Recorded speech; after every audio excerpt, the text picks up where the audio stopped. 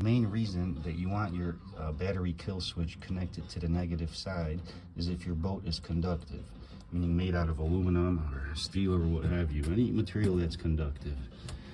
That way it's much safer to work on it. You can see my kill switch is off now. I can touch the aluminum and touch the positive terminal. I'm not getting zapped.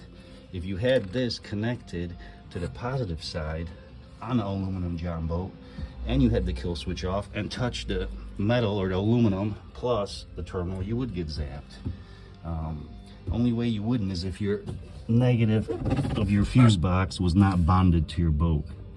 But that creates other problems if you're not bonded properly. You can see I removed some of the paint and connected my negative terminal directly to the boat.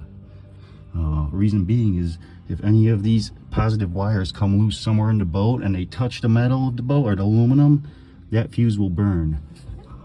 So if you're not bonded, it's not going to happen. All it's going to do is drain your battery or maybe zap you. Whether your switch is connected to the negative or positive side, if you have an aluminum John boat or aluminum boat for that matter, your negative terminal should be bonded to your boat.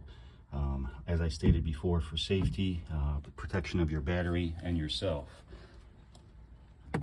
I'm not sure how well you guys can see this, but there's two wires running from the negative terminal on my fuse box, and one is going over to my kill switch, and the other one is going to the rib of my boat.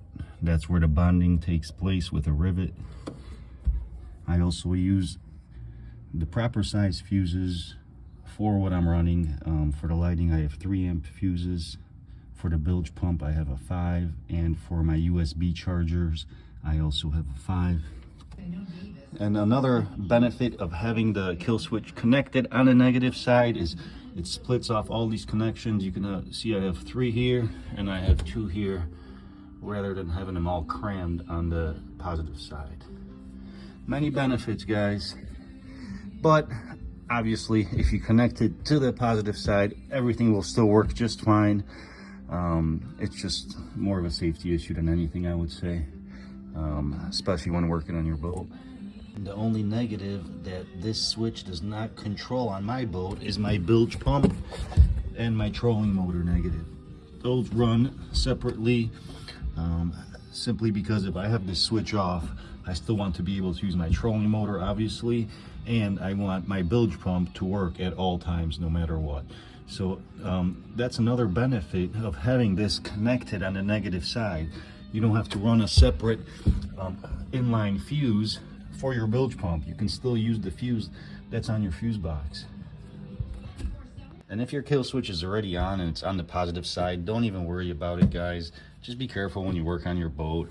I think if you're doing a new build, it would make sense to put it on the negative side.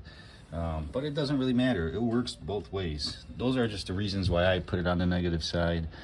All right, guys, I hope this video helps you decide on where you want to put your kill switch.